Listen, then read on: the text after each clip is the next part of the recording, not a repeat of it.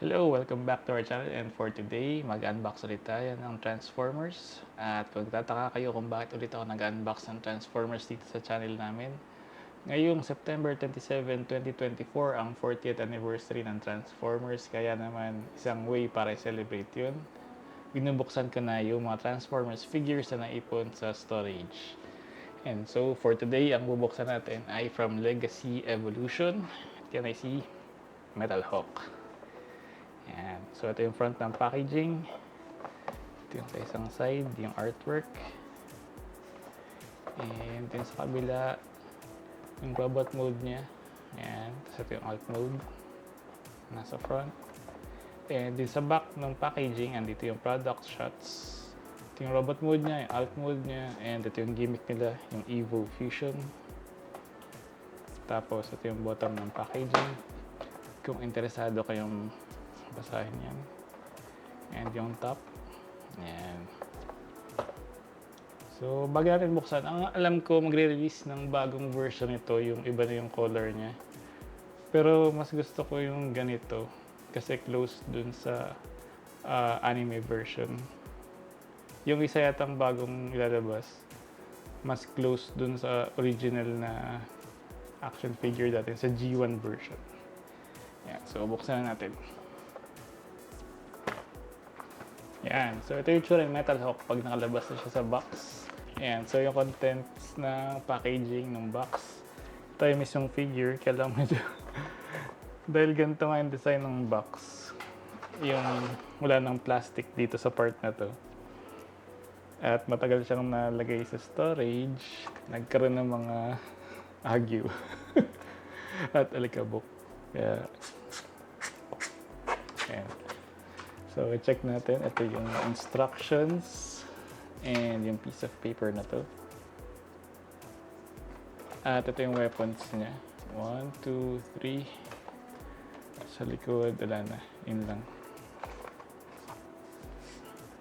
Tapos, ito yata yung original mold yata. Ito yung kay Galvatron ba? Yung sa legacy version din yata ni Galvatron. Double check ko na lang. Kasi alam ko hindi kanya yung original na mold na to. At sige, i-release natin siya sa cardboard na backdrop. Ayan, so ito na yung figure mismo, si Metal Hawk. At check natin. Baka may mga konti pang alikabok at saka mga cobwebs. Dahil nga sa pagkakalagay sa storage.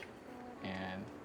Ayan, so silipin ko lang saglit yung instructions para makita kung saan yung storage ng mga weapons niya kapag robot mode.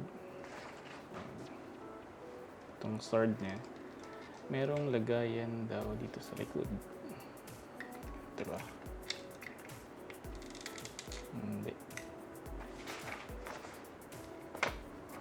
Ba't hindi magkasya? Dapat naka-side. Naka-diagonal yung position ng sword. Kasi yung whole hexagon, ano pa ba ang pwedeng ilagay dito?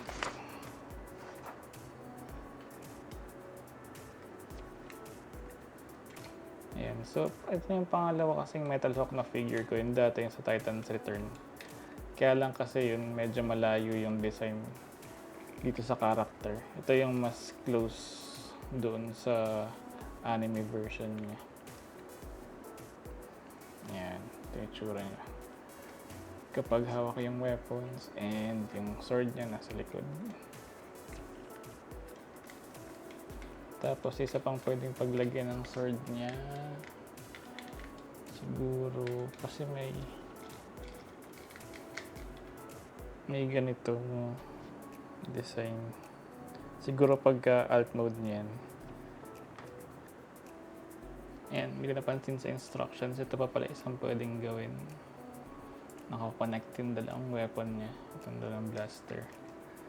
So, pwede mong ilagay sa kahit saan kamay niya. Pwede sa left or sa right. And pwede na rin i-wield yung kanyang sword sabay ng blasters. Ayan.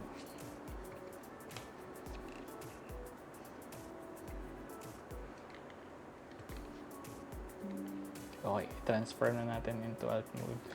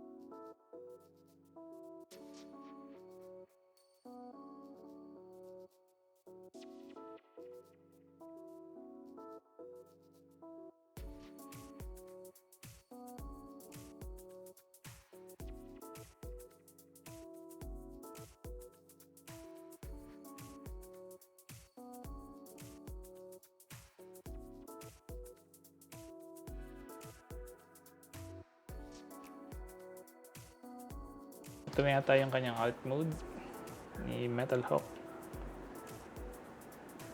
Tapos, ilalagay yung weapons niya. Ayan, ito nga yung napansin ko kanina.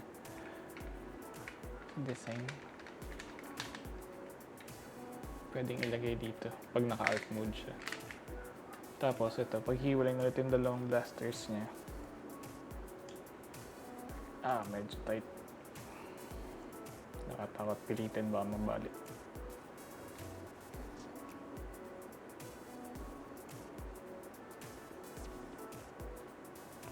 Ayan.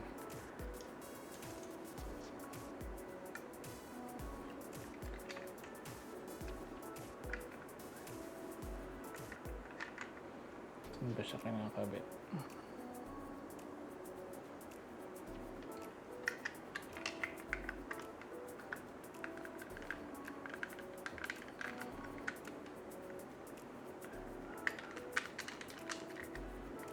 Ayan. So, ito yung itsura ni Metal Hawk's alt mode kapag nakakabit din yung kanyang weapons. At nalimutan ko kanina, naka-robot mode nga pala siya. Dahil pala, binuksan ko na itong extra ko na Vector Prime. Kasi ito rin naman siya. Si Metal Hawk din yun. Kaya, ito transform ko ulit into robot mode.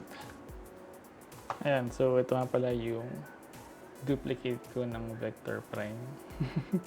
Nakasil kasi dati sa Lazada, 100 lang. Kaya kinuha ko dati. Bala kasi customize siya dapat para maging kasama ni Grand Maximus. Kaya lang mali pala dati yung red. Sino ba yung red? Si Siege Maximo yata yun. Red. Sakto, dahil na doble yung Vector Prime ko. Itong isang to, dito sa Metal Hawk na to. Tapos yung dati, kasama yung Titan Saturn version ng Metal Hawk. Yan. So, kung naalala ko yung transformation nito, basic lang naman. Ito yung parang, yung Prime Master ang tawag dito. Parang Headmaster lang din. Ayan. Fold. Tapos, ito yung dating gimmick sa Power of the Primes. Yung mga gantong malilit na figure. Pero ngayon, since gagawin ko lang siyang weapon ni Metal Hawk, ta-transform ko lang dun sa isa niyang mode.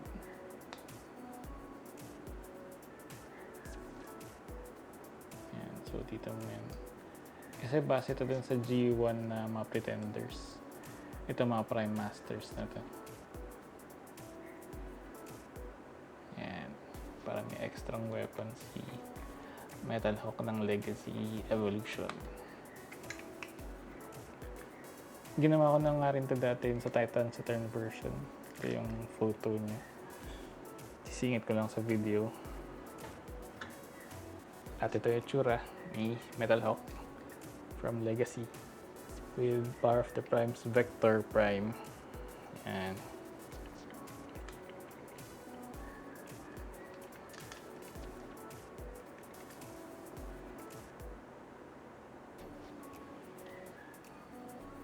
At ayan, dahil na unbox na natin si Metal Hawk at si Vector Prime na rin, unbox natin at na-transform natin sila pareho.